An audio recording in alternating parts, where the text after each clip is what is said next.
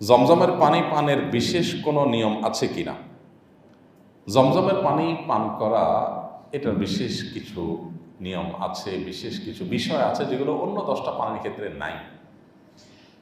কারণ জমজমের পানি অন্য 10টা সাধারণ পানির মতো না।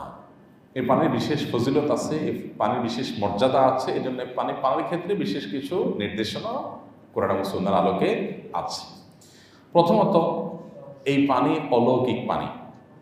ইব্রাহিম আলাইহিসসালামের ছেলে আল্লাহ নবী ইসমাইল আলাইহিসসালামের জন্য আল্লাহ তাআলা মা হাজার এবং ইসমাইল আলাইহিসসালাম তাদের উভয়ের জন্য সাফা এবং মারওয়া মক্কার এই উভয় পাহাড়ের মধ্যবর্তী জায়গা থেকে অলৌকিকভাবে পানির ফোয়ারা বের করে, যে কুয়া যেখানে ছিল না, এই বাচ্চার কান্না, তার ক্ষুধা, তৃষ্ণা, মায়ের দুধ শুকিয়ে যাওয়া, এই সমস্যা থেকে উত্তরণের জন্য আল্লাহ নবী সাল্লাল্লাহু আলাইহি ওয়াসাল্লাম ইব্রাহিম আলাইহিস সালাম